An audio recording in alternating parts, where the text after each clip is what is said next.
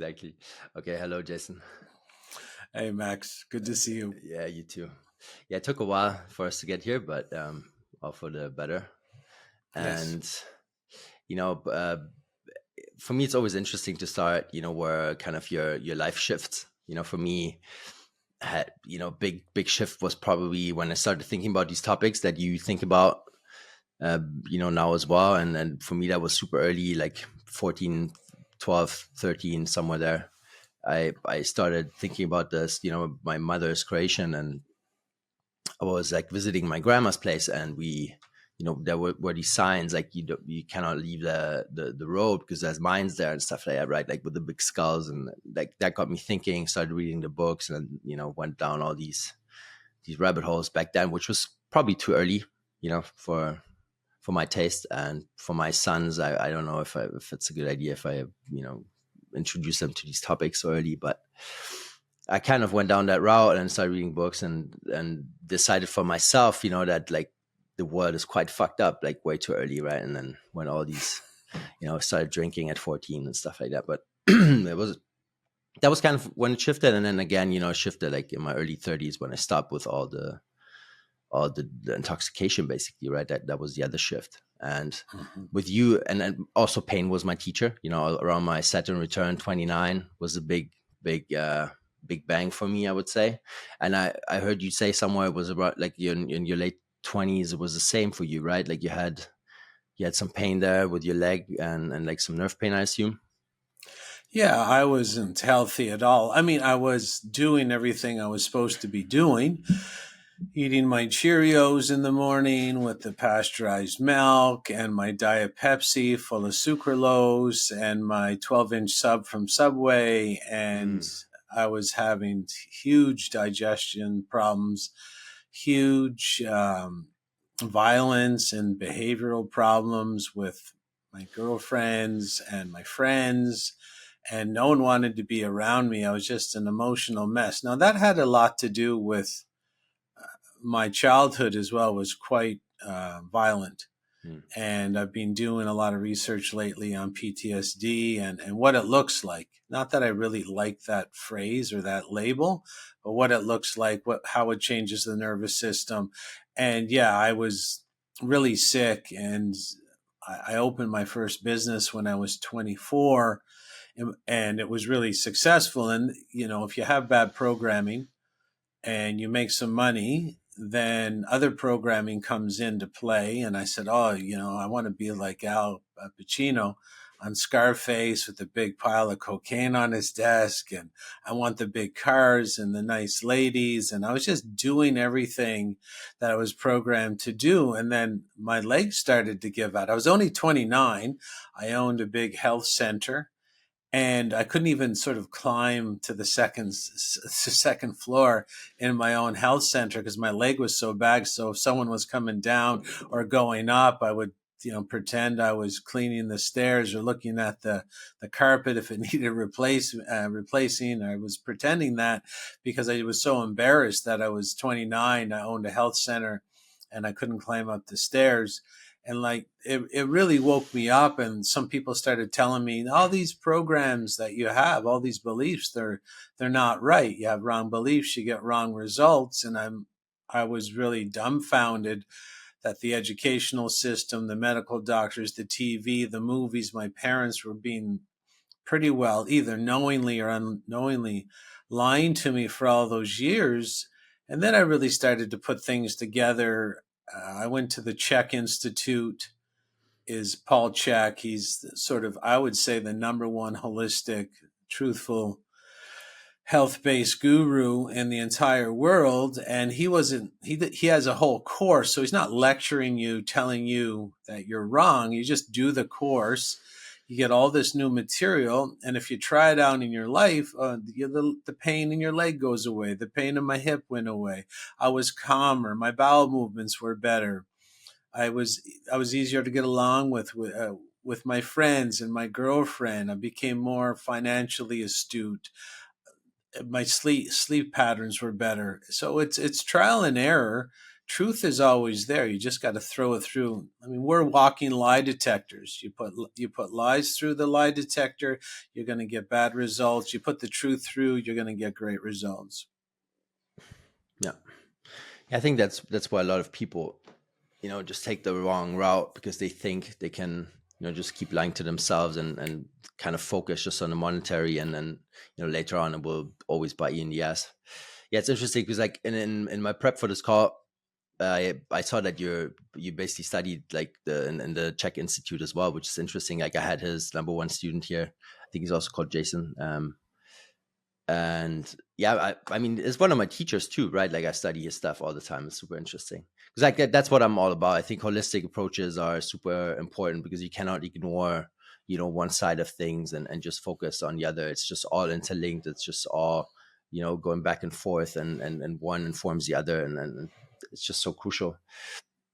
So why do you think that is? Like, not a lot of people believe in astrology and all that kind of stuff, right? Because they just cannot grasp it. But like to me, it was a big component of my healing journey as well. And like the Saturn return, especially with us men, when we're on the wrong path, like it gives us that big slap.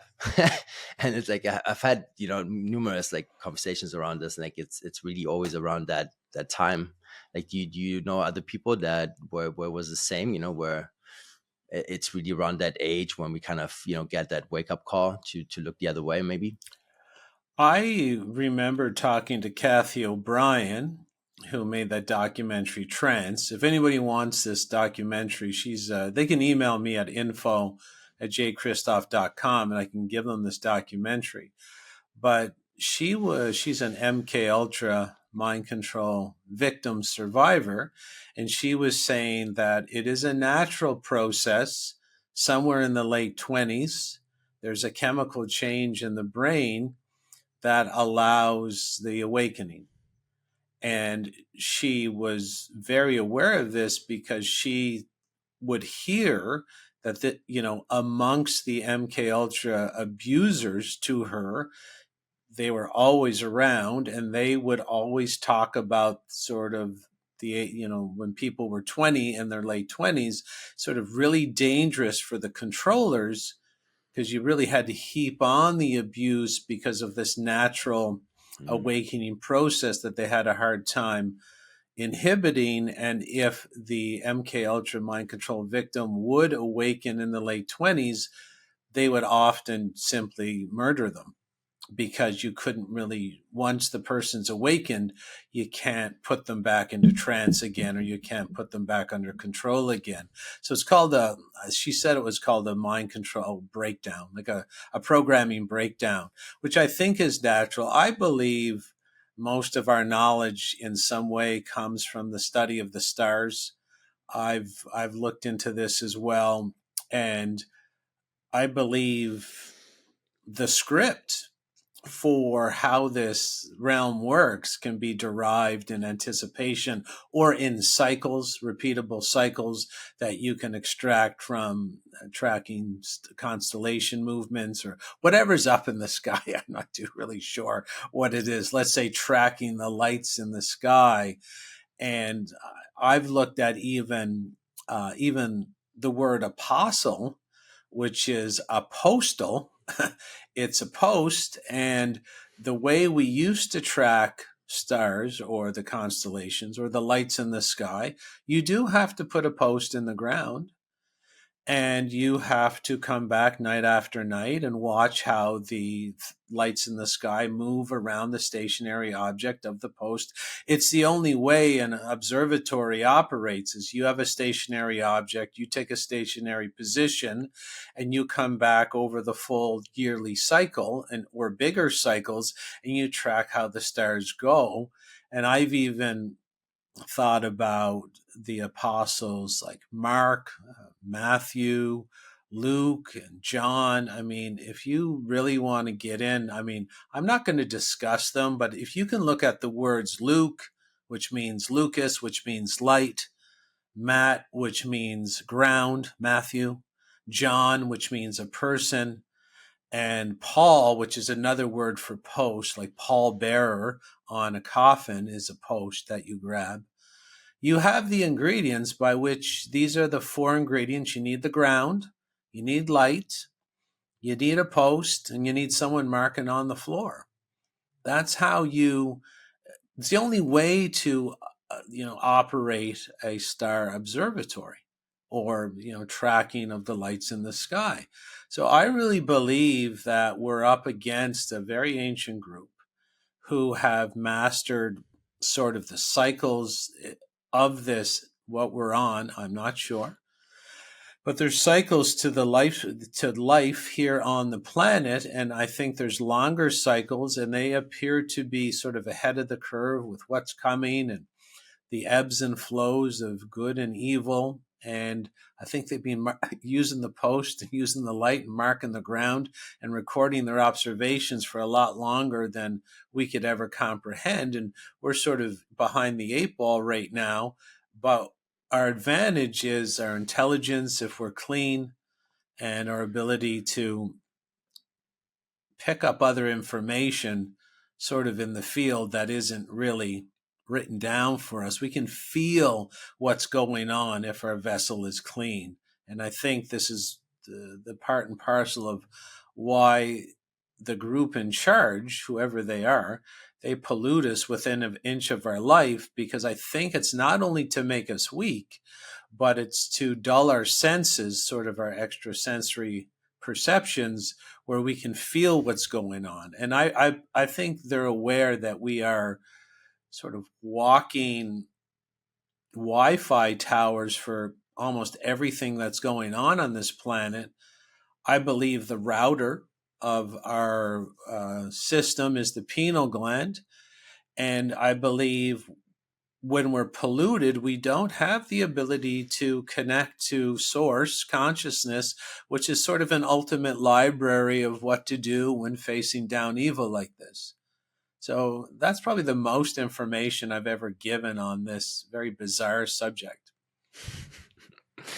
Yeah, it's multidimensional, and on the last part I agree, and on the others as well, because I think the first thing you said, like, that's why it's so important for them to control these early 20s, right? Like, that's why we have these Tates out there, all these certain characters, right, that are played super well, and people just fall for it, right? Because you have no discernment, like, in your early 20s, right? Like, you think like monetary success is all you should aim at, right? Like, you're still going to uni, you're still like brainwashed in that sense, right? Just go for the Lambo, basically. And then you have these guys up there, and then it's just interesting because, like, the information is out there, everyone can grab it, but clearly, it's not, it just doesn't work that way. And then the second part was that you mentioned, the astrology and the numerology. I mean, that's how they operate, right? Like, that's when you look at the events that are happening, it's always very clear, right, that it's linked to that. So, if people want to look into that, that's surely, I would say, a good path to kind of verify what goes on and what doesn't. And I agree with you about the Tates, but a lot of our traditions are Tate-ish, like they're Tate-like, where even when we're programming our children through the movies and through the media to go to university. This is the only reason people keep going to school. Is I remember my daughter and I sometimes would watch the Vampire Diaries. I don't even know what cabal-based station that was, and it was horrific. The killing, the murdering, which is proven to put people into trance and disassociate them, and then allow the programs to sink deeper. But they were always drinking. They were always going to school. I don't think they were even in college. They were in their later, they looked like they were 30 or 35. I think the actors in that show were 30. They're in their late years of high school, but it was always drinking and, the red beer cups and lots of alcohol around. I even look at today as well. I don't even know the big podcaster's name. I'm trying to remember, but he's got a studio, like all podcasters have these studios, and it's all alcohol bottles in the background. He's a huge podcaster. I don't know if you know Sean Ryan, right? That's his name. Yeah, he's got 2 or 3 or 4 million. Yeah, and he's got the alcohol bottles in the background. But what I'm trying to say is that this group has this knowledge that supposedly, and I've read this before, humans are extremely dangerous to figure this out between 18 and 35. So we are conditioned to really beat ourselves up, which I did, which you did, and go after the alcohol, go after the drugs, go after the Lambo and that lifestyle, and chase women, and really waste our time and waste our potential and damage our vessels during the years between 18 and 35. And again, it might seem like it's just drinking in school, but I personally believe it's part of ancient knowledge that if this ancient, very small ruling group wants to keep us under their thumb, they're aware they got to put all these programs into us and make sure alcohol is normalized. It's on the airplane, up and down the aisle of the airplane. It's in your mini bar when you get to the hotel. It's in the restaurant when you go down to the lobby of the hotel. It's on every corner. And I believe alcohol was their major psychoactive substance that makes people too weak to resist their spell casting out of the media. But I also believe caffeine has taken over their the number one position for psychoactive drugs, that they prefer to keep people sort of in a disassociated state. Because if you drink coffee and if you don't notice you're disassociating, that you actually disconnect from reality, maybe 10, 20, 30%, you haven't been off coffee long enough. You have to take a break and then go back and drink it. You'll find 100% that you disassociate. Absolutely. Yeah, yeah, it's a heavy one. I mean, I was kind of lucky. So first time I didn't drink coffee for a long time was like when I was in India, because it was, I was always drinking espresso, and then there they just had the instant stuff. So I stopped, and I was like, holy shit, what's going on, right? Like big like just shift in body and mind. And then I was working with a healer, and I still do, and she uses homeopathy, and I use a lot of homeopathy as well. And you cannot drink coffee when you're using the remedies, because it just offsets the whole effect. And it's really interesting. I would always recommend to do that for sure. And but do you feel like it's specifically coffee for some reason, or any caffeine? Yeah, it's any caffeine. And if anybody wants to sort of get the physical diseases that caffeine are known for. Now, it's important to understand as well that all mind control is based on a power differential between the mind controller and the mind control victim. So if you feel sort of helpless to change your reality, that means you're really going to go along with my suggestions as a mind controller. And caffeine really weakens the body. And that's why if you want to see how it weakens the body and what areas it causes ulcers, strokes, and heart attacks, well before this big tsunami of heart attacks and strokes were among us, caffeine is famous for that as well. It causes carpal tunnel. It causes Crohn's and colitis and diverticulitis, high blood pressure. It causes depression, hyperactivation of your aggressive primal pathways. And this is how it weakens you. And there is a book called Caffeine Blues. I believe you can get it for free on the internet in PDF form. And and it's by Stephen Chernisky, and Chernisky is CHERNESKIE, Chernisky. And just read like maybe 50, 60 pages. He goes over the disease causing effect of caffeine very quickly, what diseases, what organ systems that does it destroy. And then there's sort of the psychoactive impacts of it. It really interferes with something called hippocampal neurogenesis, which means basically if you take caffeine long enough, you lose the ability to upload today's memories in conjunction with holding past memories. So in the hippocampus, there are sort of like memory chips, and they're supposed to be unlimited. You're supposed to grow them, and every night you're supposed to upload your memories so that you have a memory. This is how your memory works. And caffeine inhibits the memory chips from being produced. But oddly enough, when the body's faced with the decision, do I forgo uploading today's memories, or do I erase old memories because there's not enough memory chips? Oddly enough, your body is programmed to basically override and overwrite old memories. It seems to have this programmed structure by which it will always upload today's memories. And if you don't have enough of these hippocampal memory chips, you'll override the old memories, which means you'll start getting the dementia and Parkinson's sort of syndromes. But even before it becomes visible for other people, you'll start losing your memory of the past. So that's very important if you're in the ruling position.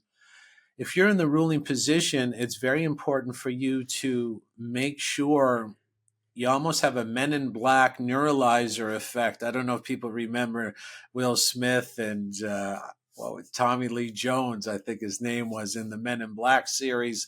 They had that thin cylinder with a light, sort of a flash of light, called the neuralizer, and it makes people forget the past. Well, that's important in today's highly, very rapid advancing society, because you don't want people having a reference point for freedom and the Constitution and the Bill of Rights. And so caffeine has so many advantages for the ruling group. You get the memory loss, you lose points of reference. If you actually go from say a 1 week seated position without caffeine, and even have a 8-ounce cup of coffee, it reduces the blood flow to your brain by anywhere between 40 and 52%. So if you think life's tough right now, try navigating life with only half your brain. And to be honest with you, if you look out, obviously some people are navigating life with less than half their brain. Yeah. But it's important to know caffeine is listed in, say, Fritz Springmeier's book about mind control. It's listed in Michael Nell. It's not listed in Michael Nell's book, The Indoctrinated Brain, but he does talk about hippocampal neurogenesis. But all you need to do is throw caffeine and the word hippocampal neurogenesis into your Google search, and you'll see that Michael Nels was talking about this memory wiping effect in his book, The Indoctrinated Brain, but he was talking about it. The ingredients in the arm darts do that as well. And then if you just look up, caffeine does it, reduces the memory, recall, and so does alcohol. And another big one is marijuana. And you can see, bingo, bango, bongo, there's your top three. There's your top three down at the slave camp is, marijuana and alcohol and caffeine. It's on every corner in Canada. Marijuana is legal coast to coast. There's as many weed shops in Canada as coffee shops, and everybody's walking around in a comfort coma. Yeah. And they're, the vampire's on their neck, and they just got this big shit-eating grin walking down the road. They can't even feel it. That's how zoned out they are. Yeah, especially with that lab-grown stuff, right? Like that hasn't even seen like a bit of sunlight, just knocks people out. So strong. Yeah. I mean, I think it's, I don't know. It reduces causes gray matter in the brain, which means dead brain tissue. The earlier you start, the worse the brain damage. Obviously, I've seen that study. So it's really important that people understand that most things that they see in our society today have some sort of mind control application. Again, if you watch Kathy O'Brien's MK Ultra trance documentary, you'll see that their goal was to basically find out how to mind control an individual, and they used drugs and they used caffeine. Kathy says they used caffeine. They used a vegan diet many times as well to cause the brain damage that helped upregulate mind control. And then they would take the research that they had on individuals, and their goal was to put it nationwide or worldwide, all at the same time. And that's what we have today. Yeah. Yeah. I mean, I looked into these cartoons quite a bit, because I mean, my children, they're not watching any of that, but like, I think it's interesting for someone that has never looked into it to just look at the Disney cartoons, for example, where these hidden phalluses and all these sexual references and read that stuff that especially a child's brain and a child's perception can perceive, like super interesting. We're quite slow in comparison to them, and it's just hidden in the pictures, right? And in the frequencies as well with the sound. And now they also changed the cartoons. They went back and changed the old cartoons, so they drew in the little sprays in the sky.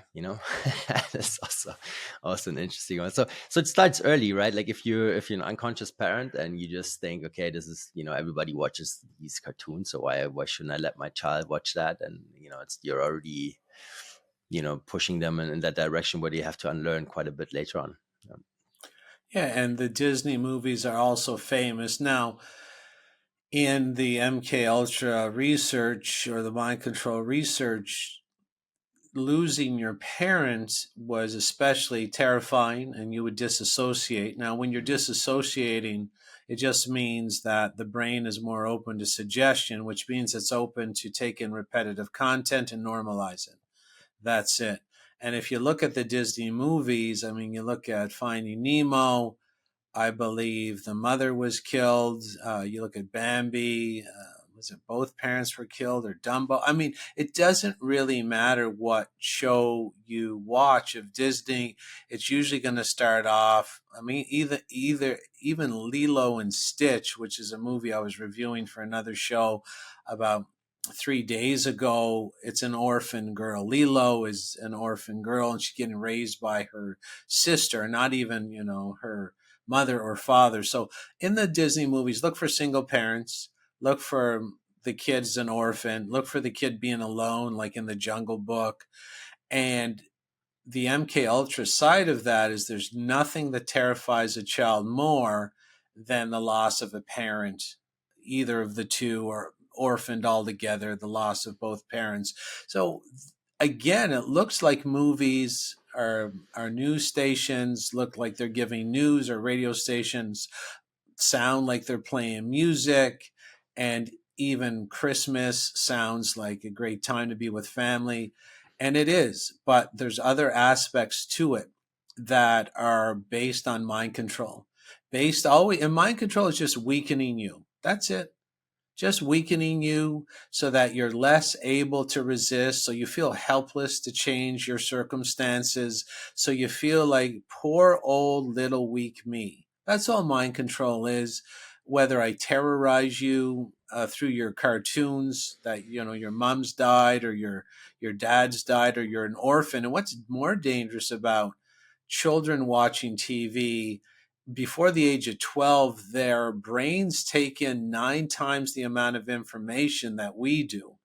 So even if we're next to our child watching the same show, we might not see the hidden penis in the back or the flash of the boobs, but their brain sees it. And if you listen to Kathy O'Brien again, she actually says there's nothing that scares a child more in the nervous system through MK Ultra's own research than sexual content, or being sexualized, or being sexually assaulted. It all ranks as extremely terrifying, and a terrified person is extremely weak. They're suggestible. They're open to they're in trance a lot deeper than the average person.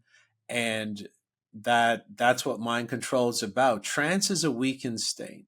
Highly suggestible states are weakened states, which means you don't feel strong enough to resist the control from the expert. So if the controller says you got to go take a shot, and you got to go take an arm dart, and you've been beaten down in these direct or indirect or conscious or subconscious ways your entire life, the weaker you are, the more you're like, well, I don't really want to lose my job. I don't have any money because I'm financially weak. I'm mentally weak, and I can't move against the peer pressure at the coffee shop. And then bingo, bango, bongo, you got a couple arm darts in you. And that's part of a very old agenda that you'll never going to understand in your lifetime, but this had nothing to do with making you healthier. It has to do with a lot of other things that are, again, are mind control based. The Armed Dart campaign was a mind control campaign. Yeah, I think if you already thought about these topics before that, then this was still eye opening, especially for me. I couldn't quite believe how big of a percentage of people were so gullible. Like that was still kind of mind boggling to me. Like I knew there was always a big percentage, but like that many, because like also had friends that were, let's say, I thought they were critical thinkers. At least with financials and like, with their business life. They can be very critical and like play a role and practice discernment and all that stuff, and then it just happened, and then they were gone, basically just went with the flow. And it was quite interesting to learn that for me. But like for me personally, not much changed. I mean, I moved out of the city. That was like the last little kind of hint I needed to get out of there, because it was crazy. Like I was living in the middle of the city, and there was a school there, and I was seeing these kids walk alone by themselves, like looking at the phone with the mask on in the morning, and that's how I started my day. I'm like, cannot do this anymore. Like I'm done with this. But yeah, it's an old game, and I don't know where you want to take this with that, because it's a long topic. Yeah, I think people should know too. If you've taken the Armed Dart, it's important to understand how they set you up. So I'll just give one aspect, because I think the key here is educating the people so that this doesn't hold them hostage ever again. But next time it won't be the Armed Dart, it'll be something else, and it'll be something else as dangerous. But if you don't know how they trick you, you're not going to see it regardless of what it is. So let's take this person who you said were intelligent. Well, intelligence without strength doesn't amount to anything. That's the problem. So again, how are they weakening you? How are they tricking you to weaken yourself? How much alcohol are you drinking? How much coffee are you drinking? Even if you measure the electrical conductivity of the body through muscle testing or more elaborate equipment, if you're sitting down in front of Netflix watching actors shoot, kill, and stab each other, you're weakening yourself. You drink alcohol, you're weakening yourself. You drink coffee, you're weakening yourself. So you have to be aware that when you're weak, you're open for suggestion. Now, all suggestion is in mind control is the most repetitive content that they happen to put on the screen when you're in the weakened state. That's it. So the thing about repetitive content in psychology is it represents the bigger herd. The most repetitive content isn't just content. It's the bigger herd inside your mind. Now, the bigger herd is really important if you're a weak-ass human being. Because if you're a weak ass and you got tricked into making yourself weak, or you're just naturally weak, but I don't think you're even born naturally weak. They would have tricked you your whole life to be this weak. So when you're weak, your body knows you're weak, your neurology knows you're weak, and it's going to be really obsessed with the repetitive content so that it can get with the repetitive content to become a member of the bigger herd. Weak animals need the herd, strong animals don't. So you're watching the repetitive content in a weakened state. They've weakened you with everything from, like, how do they weaken you without you even noticing your whole life? Well, say you go to church, and I believe in the foundational principles of original religion. Protect the weak, protect the vulnerable, protect the infirm, protect the female cosmic force, make sure they can have children. We can make sure to procreate and populate the earth. I believe in that. But this group is thousands of years old. They're going to mix good messages with bad messages. 90% of rat poison is food. So you're going to go to the church, which was originally good. Then they say you're born a sinner. Every Sunday, you're born a sinner. I'm born a sinner, born a sinner, born a sinner. Now, if I called you a fucking asshole every Sunday for the first 7 years of your life, You telling me that's not going to affect you? And someone in authority telling you, of course. So what I'm trying to say is that repetitive content is the content that you'll go after neurologically when you're weak. So let's go back to the person with the arm dart that doesn't know how any of this works. They've watched Contagion with Matt Damon and Gwyneth Paltrow and Lawrence Fishburne. They've watched Outbreak with Dustin Hoffman and Cuba Gooding Jr. They've watched I Am Legend with Will Smith. They watched World War Z with Brad Pitt. They've watched 28 Days with Cillian Murphy. And they don't know that there was 400 to 500 movies in the same genre over the 30 years before they attacked in 2020. And then, not only that, when they sent you home, which is another psychological sleight of hand, training animals, you want them in isolation. Ask any dog trainer or horse trainer. You do not train with the other animals. They bring you back, the trainers, the TV, and even on Netflix, they got all those movies running again. How did all those movies magically go on to Netflix when everybody's locked down in March of 2020? Because they're training you, they're triggering the old repetitive content. So the old repetitive content is the safe content. It's the familiar content. It's what you have to follow and adopt as your own to bond with the bigger herd. The most repetitive content is the bigger herd. And you have people going toward those solutions that are in the movie. And the average person, I mean, even if you go watch Contagion, the movie, it came out in 2011. Guess where the virus was from in the movie Contagion? Guess. Where do you remember? China. I didn't watch it, but I would have guessed that. Yeah, it's in China. And there's something called an R naught spread rate. Now, an R naught spread rate is how fast the virus replicates. And in the movie, what do you know? It's almost the same R naught spread rate as what Neil Ferguson fired out of the Imperial College in London. And that's not the only sort of what they call predictive programming that was jammed in that movie. So what happens in mind control is you need a weak victim. You need them to absorb the most repetitive content and normalize it as their script to get along with everybody.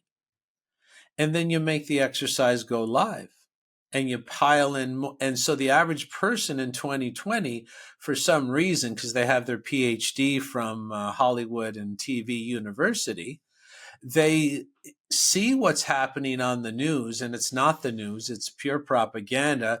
And the average person says, I know how to navigate this problem. I know how to navigate this problem because I've seen it in the movies. I know the answer is masking. I know, which is also in the movie Contagion. Social distancing is mentioned in Contagion. Shutting the airport down is mentioned in Contagion. Shutting the gyms down is mentioned in Contagion. They even say there's some magical sort of medication that's coming in anticipation of the big arm dart that's going to save everybody. And in the movie Contagion that came out in 2011, can you believe that the name of the medication that people should have taken before the arm dart is available is called Rubivarin, and we get remdesivir in 2020, 9 years later, the same letter to start that magical compound that we should all take to protect ourselves before the magical arm dart is manufactured. Same in the movie, same in real life. And if anybody went toward the prefabricated solution, that's why you did it.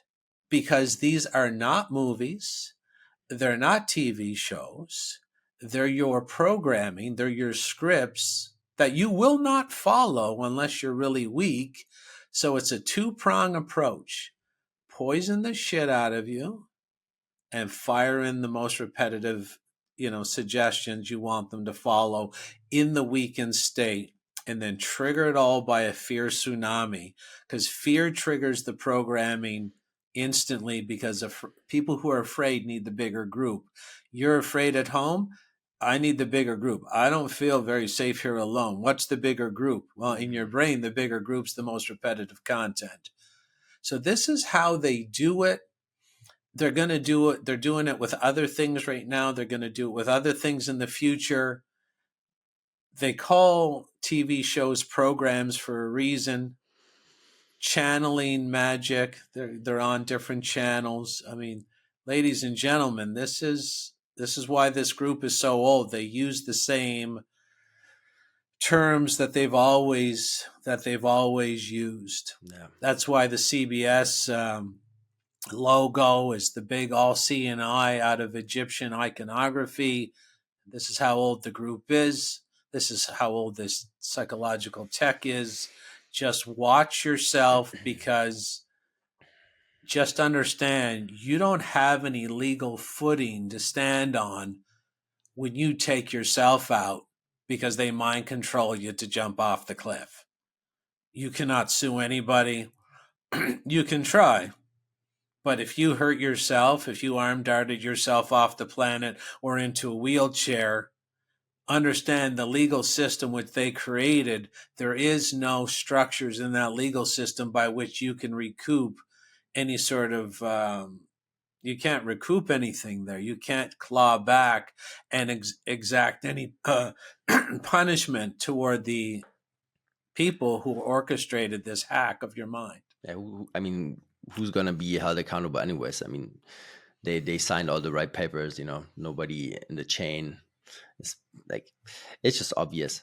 And then plus you're inflamed, your body's inflamed, your pineal gland is calcified, like we talked about before, like all crucial parts, right? Like all the fluoride. People think that the tap water is fine to drink, and yeah, it's crazy. I think a lot about addictions, obviously, because that's also the work I do now, right? Like I work with people that were basically in the same position that I was in, many years ago, and it's an interesting run, right? Because we just talked about like movies and alcohol in the movies and cocaine, all that glorified stuff, right? Which is clearly wanted in the world, especially also the illegal drugs that make it across the globe or across the plane, and it's just everywhere. It's omnipresent, right? Like it doesn't matter where I was on planet Earth. I lived in South America, I lived in Spain, I lived in the UK. So it was just everywhere. You just had to look if you wanted to, and you could find anything that you wanted. And it's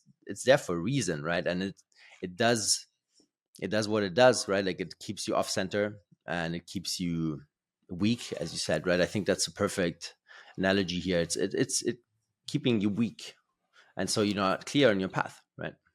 Yeah, it's about sort of pick your poison. So the group ruling us are from the ancient Middle East, and they were very astute with their education and your documentation of what it takes to control large tracts of people. Weakening them through psychoactive drug use was very common. They used psilocybin, they used hashish, they used the blue Nile lily. That was a hallucinogen. Anybody can look that up. There's these blue lilies in Egypt that have like slight hallucinogenic properties.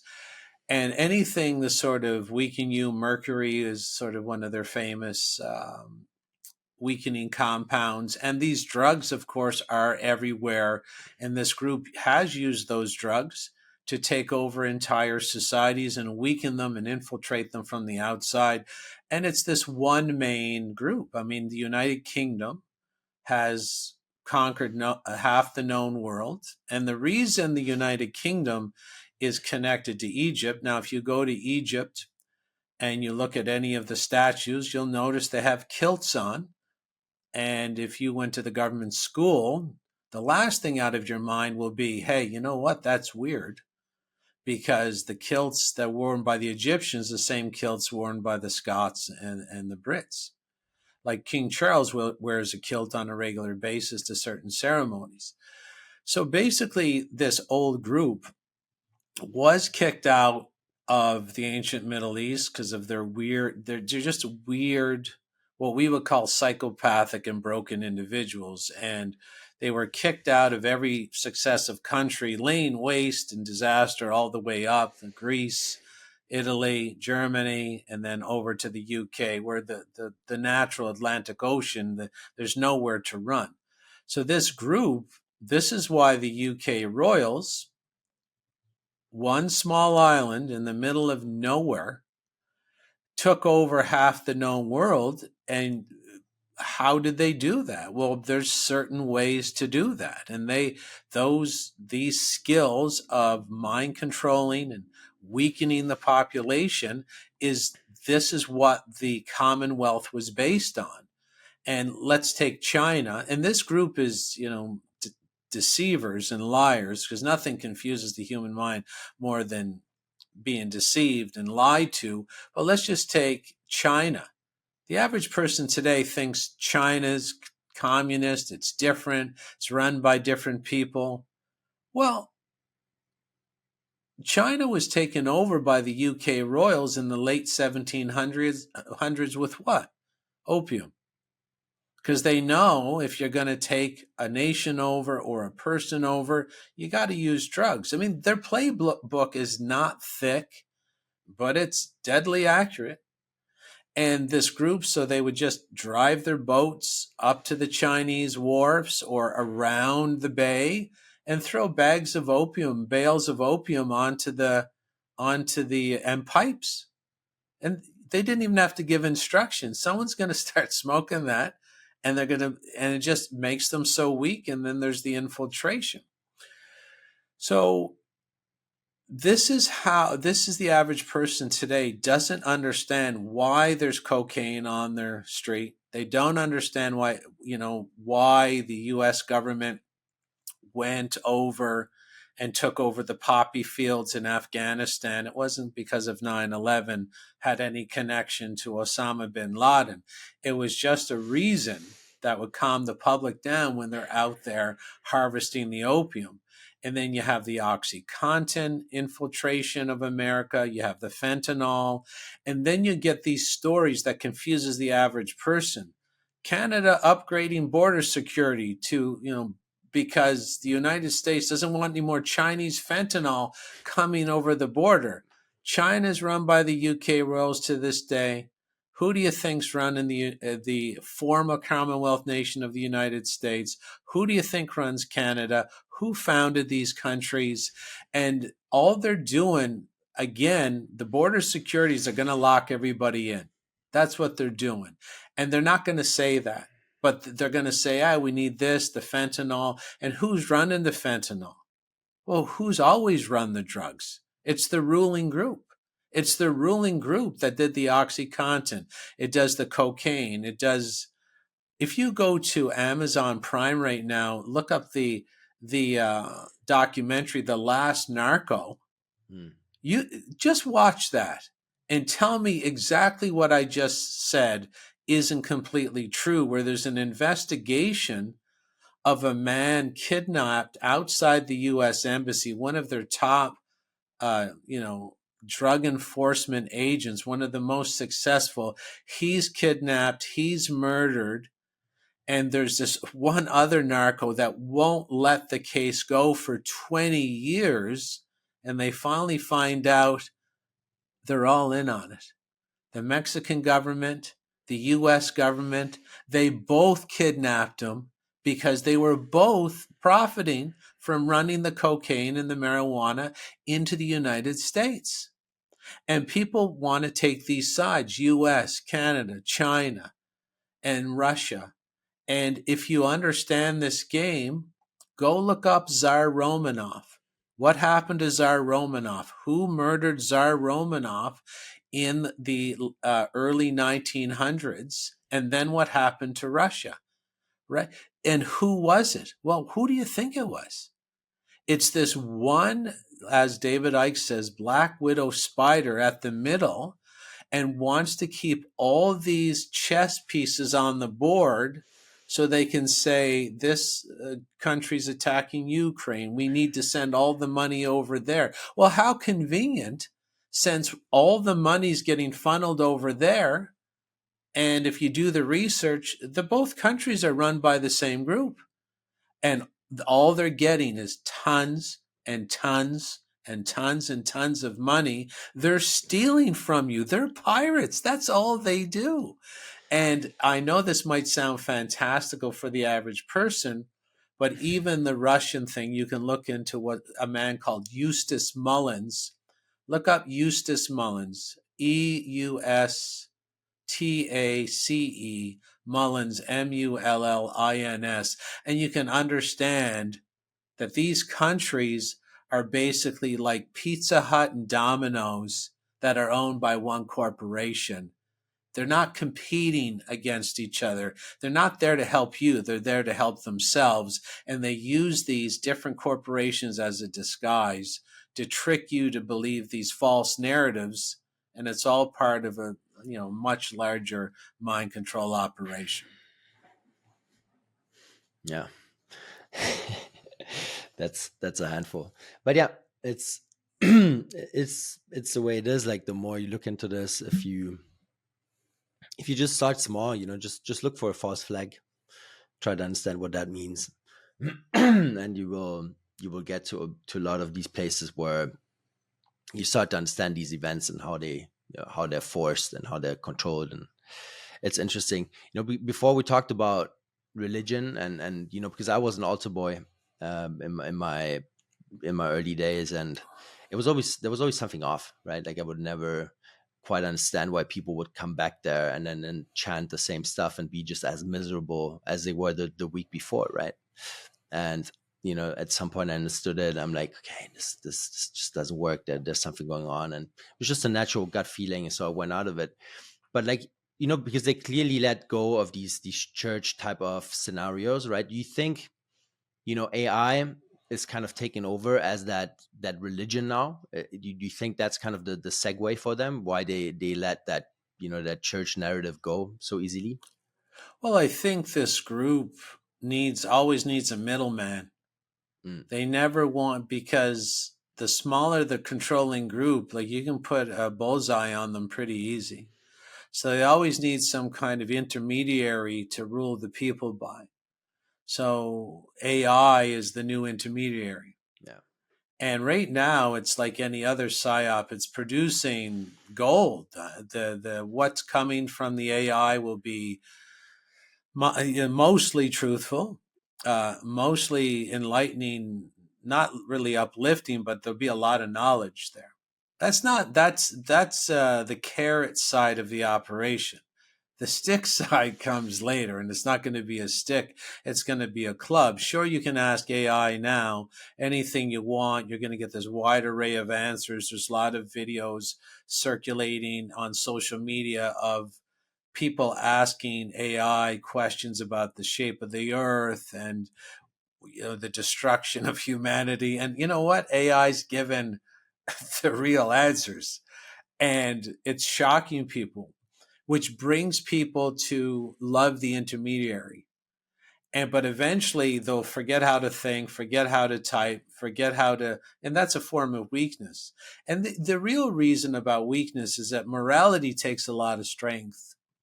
That's the real reason they want you weak. Because when you live on a planet like we live on, to resist the death and destruction and the unethical conduct and the hedonism, you need this outflow of energy like a superhero to push back on the darkness. And if you don't have any strength, the immorality and the unethical conduct, the criminality, the hedonism rolls you over as well.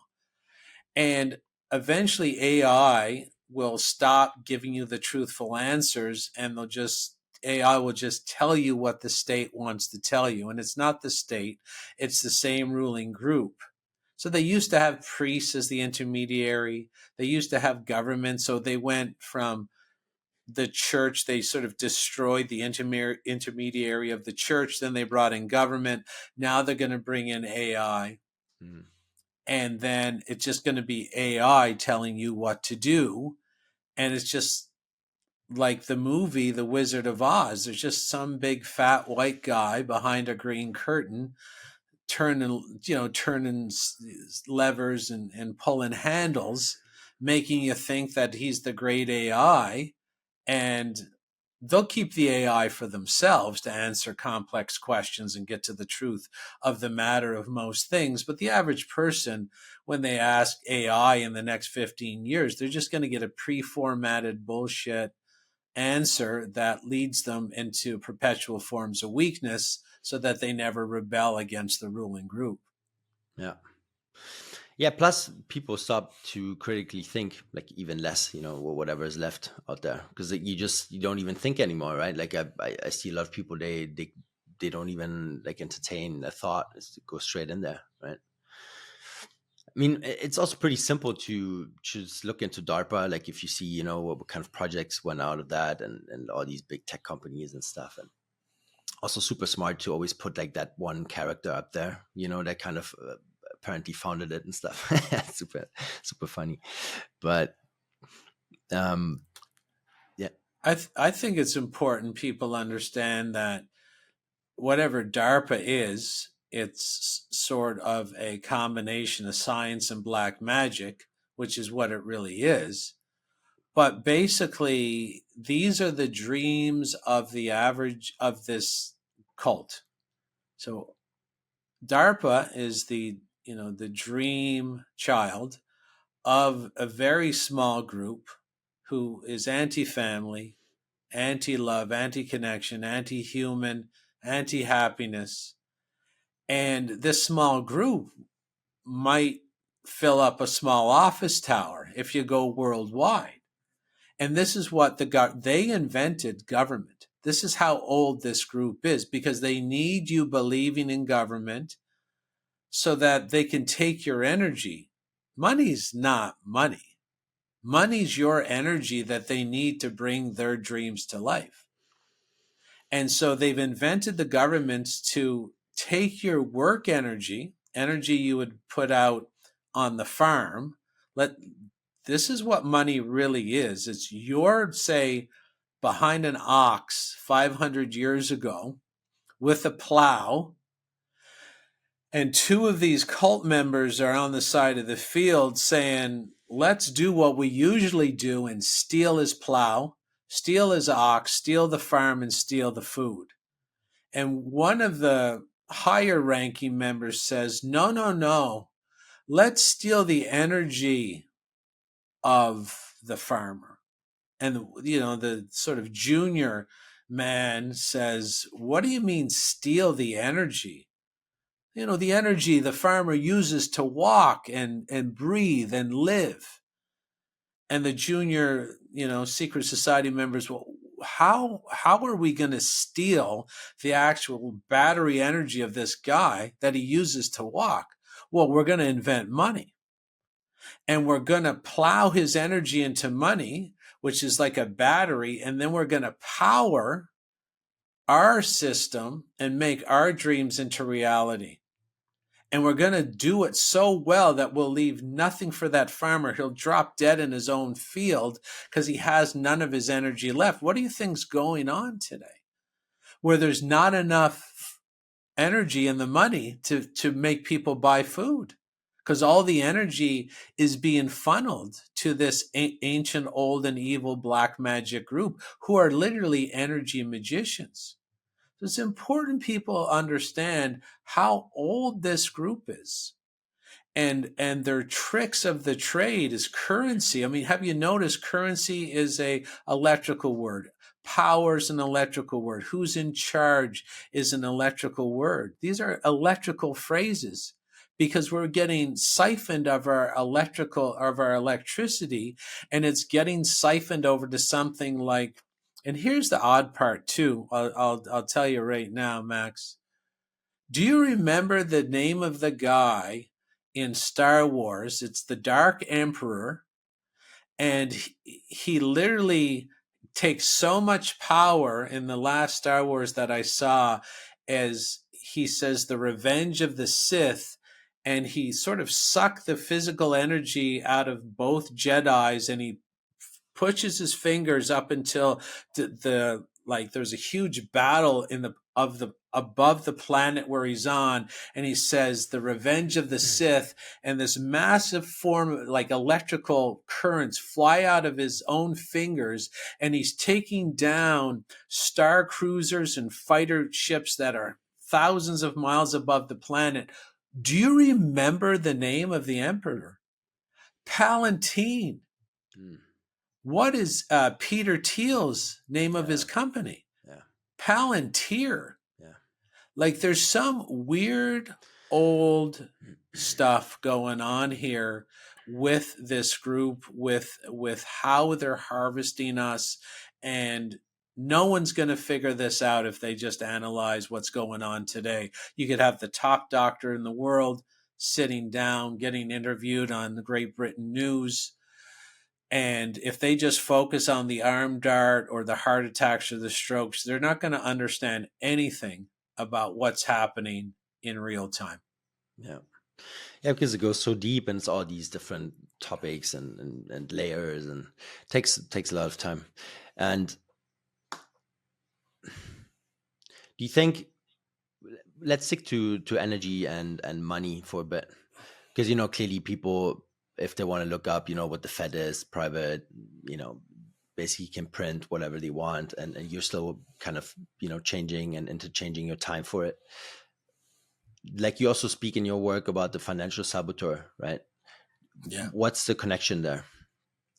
Well, the financial saboteur is basically, I have an international psychological reprogramming institute where we address what looks like self-sabotage. And so we have 5 categories of self-saboteur that most people fall into with their behaviors. One is the financial saboteur.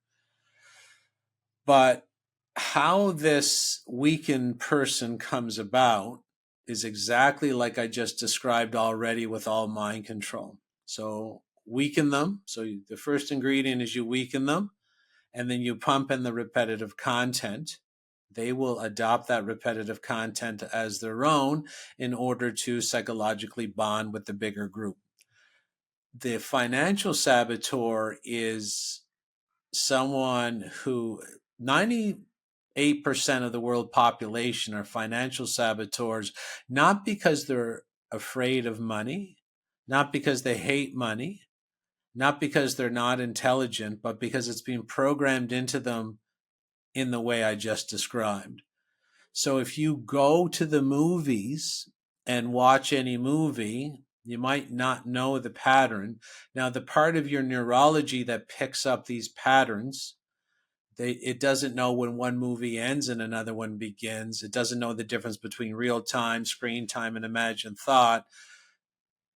It's important to know that these themes can run through many TV shows, many movies, and it's only your subconscious that will stitch the patterns together to find the most repetitive content. It'll sort through everything to find where the bigger group is. So if you watch the movie Titanic, the repetitive theme there is there's always a guy who's rich and he's a real asshole.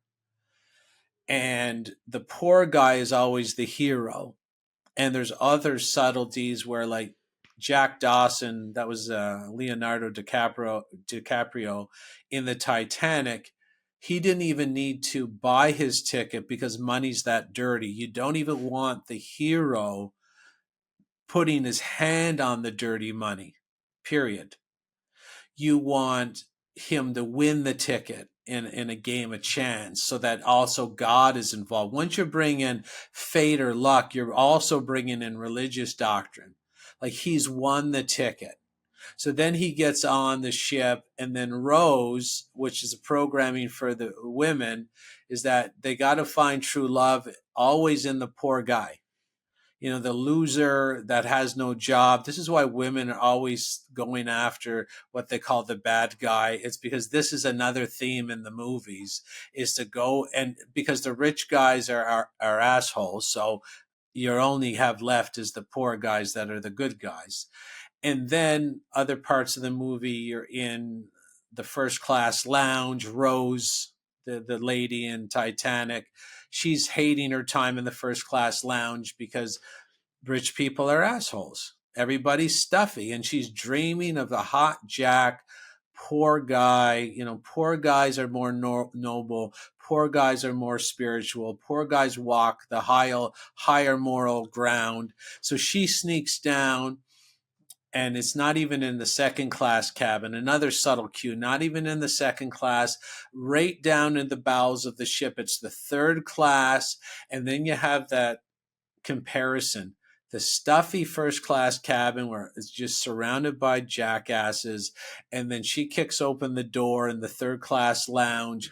They got the harmonicas out, they got the accordions out, they got the spoons out, the alcohol's flowing, everybody's laughing, everybody's kissing, everybody's dancing.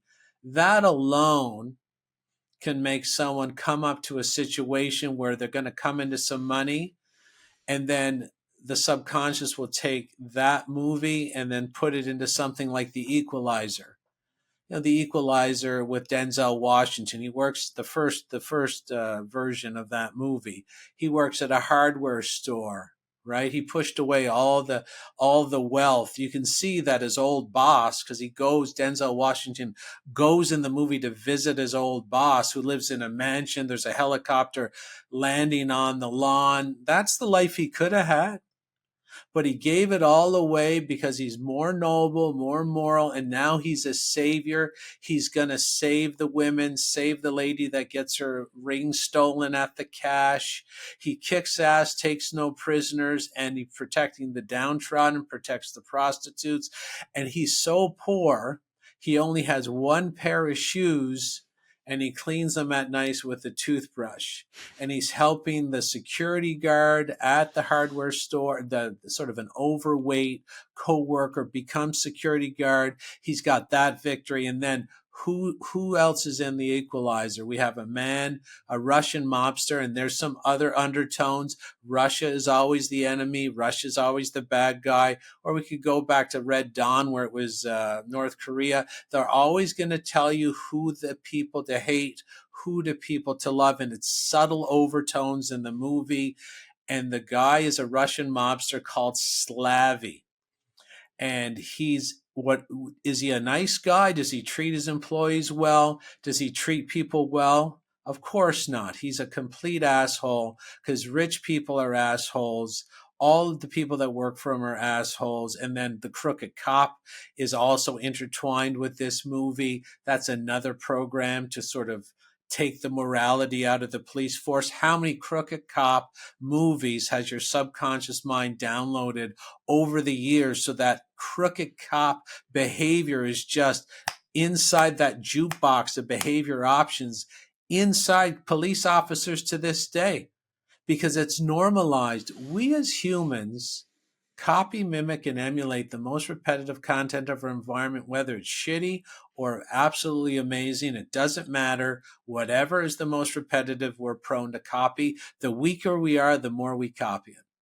And the people ruling us know this. They control the repetitive content, and they weaken the shit out of us by poisoning our air, poisoning our medicine, poisoning our food, poisoning our media, poisoning our relationships. They poison everything. They poison our religion. They poison our politics, and they make us feel like, poor me, I'm completely helpless. I can't change. There's no way I could affect change in my own life, let alone the world. So let me do exactly what the authority figure tells me to do. That's the best card I have to play. And it's complete, utter liarrhea, front to back, up to down. And it's the small group of mind control and poisoners that have been doing this to humanity since history is being written. Yeah. Yeah, I mean, for someone that hears this for the first time, it sounds like pretty pessimistic. I probably understand, but I think this is the only way. Like you have to embrace it and just go through it. And I mean, there's a way out too, right? Like you can basically reprogram your mind, and you can go back to the original state, let's say, right? Like what are your solutions? Like some couple steps. It's very easy. Weakening is how this works. Yeah. You can't feel helpless. If you feel helpless to enact change in your own life, your only mission is to stop feeling so helpless. which means you got to start making some small goals that you can attain. So go to the gym once a week.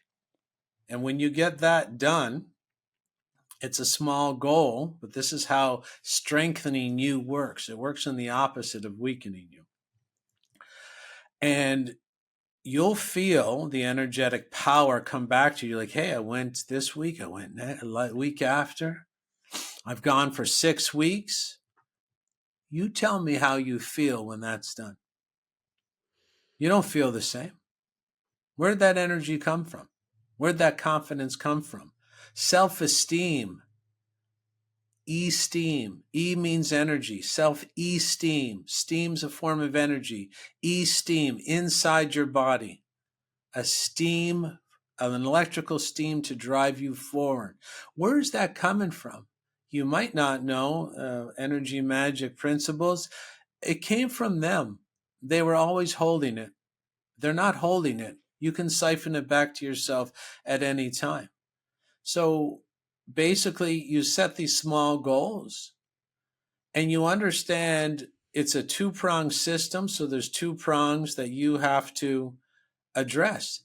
They make you miserable and disempowered and diseased, dysfunctional and depressed and helpless by making sure you only get negative repetitive content, and then they're weakening you so that you accept it as your own. So your job number 1, don't worry about your financial strength or your emotional strength or your spiritual strength. Don't worry about that right now, because there's a foundational pillar of re-strengthening that is the foundational pillar for everything else. It's your physical strength. And this is where they strike hardest. They want you poison yourself all the time. And they will not give you the education or knowledge even to have options. Like most people today don't even know what health really is. So there's one book you got to get. I make no money from this. And see, I had to say that because so many people are with this mind control program that even if it was my own book, he's a grifter, money's bad, entrepreneurship is bad.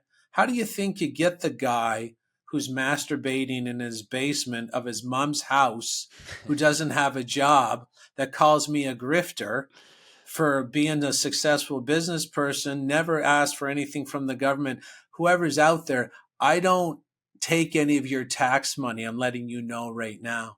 So how do you get this guy, right, that calls me a grifter, has no job and lives off his mother? Because of the programming, the poverty mind control programming that I talked about earlier, where everything's anti-wealth. So again, for everybody that's got the mind control program that money's dirty unless it's given to you by the government or your mother, I don't make any money off this. But Paul Chek is his name, Chek.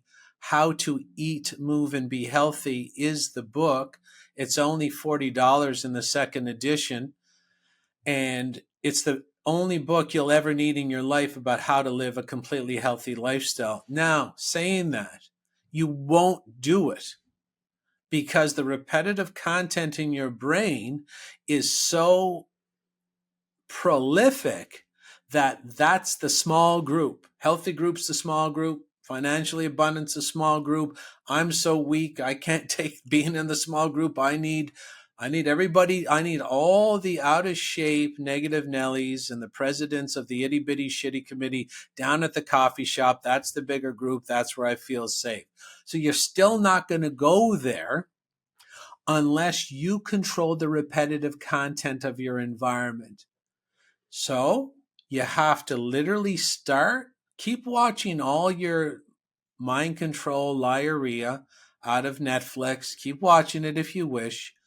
But now when you're at the gym, you use a wireless device, maybe you got a second phone, download a positive podcast about getting healthy, getting empowered, getting abundant, making things happen in your life. Start impregnating your own neurological system with repetitive content that's positive. Your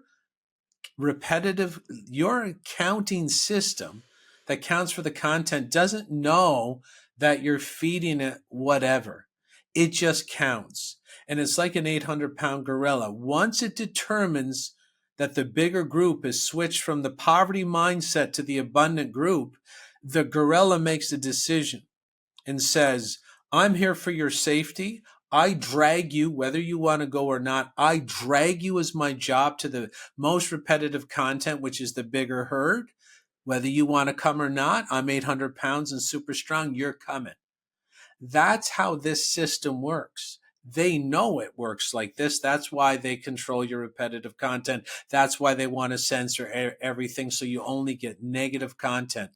While you can upregulate your positive content to out-rep the negative content, also at the same time, you'll start reducing your negative content exposure naturally. And only then will the gorilla say, hey, did you know that the healthy, wealthy group is the bigger group? Now I've counted the content. The healthy, wealthy group's the bigger group. You got to go there. Read that book by Paul Chek and let's get healthy or we're in real trouble. We want to be safe. The safer group is the healthy, wealthy.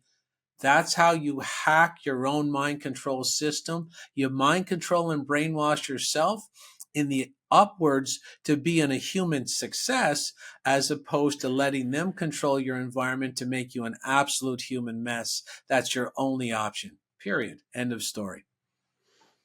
Nice one. Yeah, I think so too. I think low habits, 30-day sprints. My program is 45 days and 90 days, depending on where you're at. I think you can change your life around like completely, especially with substances. Not every substance, because especially the detox and the rebuild of the body from the ground up takes some time, right? Paul Chek also talks about that often. But I've been on different like sets of like parasite cleanses and supplements like for years now, and just there's always something, right, that you can do better and change up. So never ends. Yeah, and it doesn't have to be. I remember one of my clients, self-sabotage clients, when I used to do one-on-one overcoming self-sabotage coaching, where basically I have a questionnaire, an intake questionnaire, and the questionnaire is, how many coffees are you having today, per day? And he said 3. And I said, that's not so bad. He said 3 pots. It's 3 pots of coffee. Okay. And so we got that guy in 6 months down to 1 pot. Yeah. And then it took him another 2 years to go to nothing. But here's the issue. That guy just made a 66% improvement in 6 months with his caffeine intake. That's a win. And so it doesn't matter if you are smoking cigarettes and you go down to half. It's a 50% improvement. You got 50% of your power back with that detrimental activity. Yeah. And then you can get more back as you reprogram yourself to feel safe being your best self. And then when the itty bitty shitty committee starts to push on you in the future, because there's some kind of mind control campaign on TV, you finally have enough strength to say, you know what, Phil, I'm not doing this shit again. I got enough power to resist you. I don't need to be in the group. You can call me names all you want on social media, or you can even try to assault me physically because you think I'm endangering your grandma. I'm just going to punch you right in the face. And that's going to be the end of it, because I'm strong enough to mentally resist you, physically resist you, financially resist you. And if no one's willing to take these steps, they're just going to be bulldozed by the tsunami of group pressure that always comes and is weaponized against the public by this ruling group. Group pressure is the repetitive content, because that's how it's processed in your mind, period. Yeah, interesting. When I think back in like 2021, like I could feel it as well. That was like I got bullied, back in school when I was younger. So like to me, that all of that wasn't really interesting later on. But like when you're alone, basically the only person in an airport, you know, being approached by the guys with the big guns, you know, like, why are you running around without a mask? You know, like, it was interesting because it like beamed me all the way back to those times, you know, where I was literally always like outside of the big groups. But that was the program that I was running, or that was running my subconscious, you know, that I would never fit in. Like, once I lifted that, you know, my life changed a lot. But that was also, you know, a big one for me. It's important people Yeah. know too that in my school, where we coach people on how to overcome these things, we often engage with people who talk like you, Max, and I know you've done it, but we've done collectively thousands and thousands of coaching sessions, and we know most of our people come to us saying, self-describing themselves as the black sheep of their family, but they drink, they watch Netflix, they smoke, they don't have enough money to make ends meet. And I tell people, it might be harsh, it's very important. You're not a black sheep until you're financially set. You can, you know, pay your own bills without worry. You're not a black sheep if you drink. You're not a black sheep if you smoke. You're not a black sheep if you watch Netflix. If you want to be the true black sheep, quit all that and get financially abundant. That's black sheep means rare. Don't tell me you drink every Friday night and that's rare. That's common. You're not a black sheep. You're like 95% of everybody else. And it's important someone talk to the public like this, because rarely in our society does someone tell the harsh truths. And sometimes truth has to be sharp like an arrow for it to penetrate. You're only a black sheep if you're different. So don't tell me you drink a different coffee, have a different tattoo, smoke a different vape, and watch a different Netflix and whack off to a different porn site that you're different. You're not. You're different, same. And that's not the same thing as different, different. Yeah, still a sheep. Yeah. Yeah, interesting. What do you think about, you know, the whole 15-minute city development? You know, because we have one in Europe. It's going to be like in the Dutch lands up there, and then, you know, get the line and the Saudis and stuff like that. Like, do you think that they're going to be able to do it? Well, the line number one is part of an ancient ley line, what's called dragon line access. So that line is part of something the average person could not understand. There is power inside the sort of like acupuncture points of the earth meridians, and the line is meant to be some sort of power fissure either to the pyramid or from the pyramid. There's some weird sci-fi stuff going on. The line has to do with that. 15-minute cities in general are there just to make you weak. They used to call them Indian reservations. In my day, it's the same thing. They take the once powerful um, First Nations people of each continent and cut their food supply off, which they did in Canada. They killed all the buffalo of my First Nation people, drove them onto reservations, surrounded them with McDonald's, liquor stores, pumped in the cocaine and the weed, surrounded them with like Domtar pulp and paper mills and Alcoa. Like, I'm from Cornwall, Ontario, Canada, where they've completely decimated the strength of the Great Mohawk, Sni communities in and around that area by basically weakening them. And I even tried to warn the native First Nation populations. A lot of them are my close friends, and they've been so weakened and so traumatized over the generations. Even my own evil government came at the First Nations people with what was called health equity, kicked out the red carpet, said, we're not treating you bad anymore. We know we decimated you for 400 years here in North America, but this time with these arm darts, you're at the front of the line. You get them first. You're at the VIP lounge of the arm dart service. And my friends were so weak, overweight, polluted from their food, they couldn't see the forest from the trees, and many of them aren't with us anymore.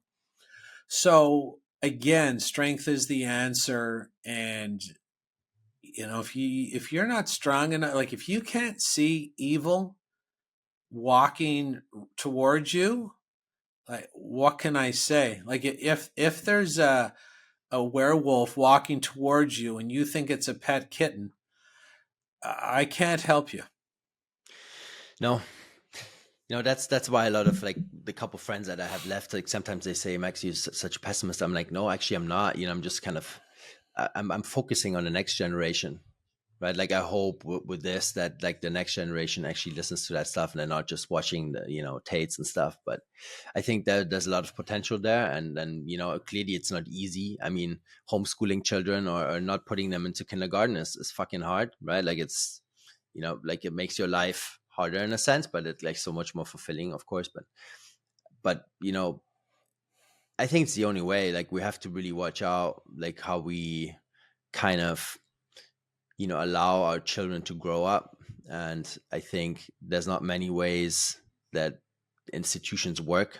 I mean, I went to Waldorf kindergarten. Luckily, when I was a kid, I also didn't have a television, at home, and maybe that was kind of the basis for me to understand all these topics in a different way. But I don't know. I think we all just have to start with ourselves, right? Like it's the only way. And Well, yeah, if you're weak, everything other than complying is hard. yeah, Like you're not going to have the energy to homeschool if you're drinking coffee every day, drinking wine at night, watching actors murder each other on television, and eating toxic food. Of course, you're going to have no pushback. You literally won't have any energy to homeschool your kids. It would literally destroy you. yeah, But we used to do all this and more as natural human beings only 150 or 200 years ago. So what happened? Well, what happened is that we're so weak, all we can do is comply. And that's what mind control is all about. We're going to make you so weak you can't. All you're going to do is I tell you to take 12 arm darts and you take 8 and you're gone. That's all you got time for. And you don't even have time in your calendar. Yeah, go get my arm dart. I mean, if you look at my calendar, none of that's on there, but there's a whole bunch of other harder things so that I don't have to comply. I've been getting up every morning for 31 years and working for myself, giving orders to myself, making my own money out of nowhere, like Rumpelstiltskin, turning straw into gold every single day of my adult life. Takes a lot of energy. Might be easier to go down and wipe someone's bum down at the hospital for $40 an hour. It might seem hard. It might seem it's almost like pick your hard. Wiping someone's bum is hard down at the hospital, but being an entrepreneur is hard too. Like, which hard do you want? And one hard gets easier. My trek in life has always got easier. And the person who picks the easier road becomes harder and the harder road becomes easier. I don't know if people have noticed that, but anybody that got ambushed in their occupation in 2020 where they said, here's the werewolf carrying an arm dart and you have to comply, that, you know what? That's probably the hardest thing you ever had to face down. And the strength it took for some of my friends to say, I'm just going to pack it in here. I got $3,000 in the bank, but I'm still have faith in my strength. Even my unseen strength, I still have faith that it's still there. And they walked out as the werewolf was tearing their friends to bits, arms flying everywhere, feet flying everywhere, blood flying everywhere, as this historic werewolf of this ancient group's got no problem doing this. They've always done it. It's like, go down to the local butcher and spend a day with them. You'll throw up. But to the butcher, he's just like hacking and cutting the meat, cutting the neck of the animal. They don't give a shit. And that's what this group has done this operation so long. They've lost touch with reality. They're so disassociated themselves. They got no problem doing this. They're not like you or I. I'll tell you that right now. You might not do any of this or even consider it. They do it as a family business. That's what they do. Yeah. Yeah, that was always like baffling to me how well that information flows, right? Like over the generations, because you can clearly see it's that nothing gets lost, right? Like it's just always, perfectly documented in a way, and that's quite remarkable actually, because when I look at my family, it's like it was even difficult to find out who my great grandfather was, just the name, and you knew the occupation, but who was that person? Yeah, you've got no idea, right? And there's clearly systems in place that keep them afloat, and they're doing a great job on that end as well, just like anything else, nothing is a coincidence in there. But yeah, I mean, we could keep going forever. I have like so many more topics here that I Well, you can invite me back, and I'm sure people, like I said, I mean, if Pat, no one should be upset because truth's being told, yeah. and it's a great way to sort men out of the tribal circle. Like men who can't face the truth need to be removed from any seat of authority in the tribal circle Yeah, because it's a danger to everybody. yeah, I agree. If you can't face the werewolves that are surrounding, oh, they're just bunnies, they're just here to help, yeah, they're just friendly, you just don't understand them, as the blood's dripping from their fangs. Yeah, that man, quickly remove him. He's a problem. He Yeah, can go, he can sleep with the women or the children. The real men will take it from here. Thanks for your input. But usually even in Sparta, Greece, when a man would speak up like that from weakness, they put him in a dress and make him wear a dress for a month to teach him a lesson. yeah. I think that's correct. I mean, just growing up is too easy, right? Like there are no rites of passage anymore. Like you just go to school, you take your bike, then you're being programmed in there, and then you go home, like that. You play your video game, like that's it, right? Nothing happens The that's hard anymore. Just, the rites of yeah, passage are there. You want it. Rites of passage are things that transform you, build your power, and make you more confident. They're everywhere today. Try quitting coffee. Try quitting alcohol. Quit cigarettes. Try fall down, cry. Try fall down, cry. mm, Then you get a little further. You get a little faster. You get a little stronger. Like anything else, you're at the gym. You bench 25 pounds to start. Then it's 50 pounds. It's 100 pounds. The rite of passages are still there. Try to be healthy in a sick society. Try to be abundant and financially stable inside a society where all the attacks are for you to disrespect finances and be poor to fit in with the crowd. These are the rites of passages. Stand your ground. Say what has to be said on a podcast interview. Like whatever I said today, it's a rite of passage. I've done the rite of passage, so I'm strong enough to say everything I said in this podcast. Most people, if they listen to this podcast start to finish, at least 5 times would say, I can't believe he just said that. I can't believe that guy just said that. It's the truth. And if you try speaking the truth in a society full of lies, and then you have your instant rite of passage, bingo, bango, bongo, you don't have to climb Mount Kilimanjaro. You don't have to go slay a dragon. Why don't you just try sticking some food in your mouth for once in your life and deal with the pain of walking Satan's realm unsedated for a day? Try that, and you'll be a stronger. fair enough. And we need men to stand up and start taking these rites of passage seriously. Nothing more disempowering today than be surrounded by beta males who are out of shape, who don't know how to use their voice or their language properly, who don't know how to protect the infirm, the Yeah. children, and take jobs as stormtroopers down at the Death Star. Satan's right hand man in the government. Please, people, come on. We can turn this around. It's time. Yeah. Bueno, Dito. Thanks a lot, man. That was great. Good, Max. I hope you got some listeners left. And if anybody needs more of my information, yeah, put it all in there. Just get on my email list because I can't share half of what I share. To be honest with you, like if you want, I have a documentary coming out called Planet Mind Control. Whatever you want the Planet Mind Control, I can get you on that list. I can also send you a mind control experiment that was a Netflix special where someone mind controlled 3 out of 4 people to commit murder live on TV. It's called The Push. If you want that, if you want to see how powerful mind control can be, email me again at info@jchristoff.com, ask for The Push.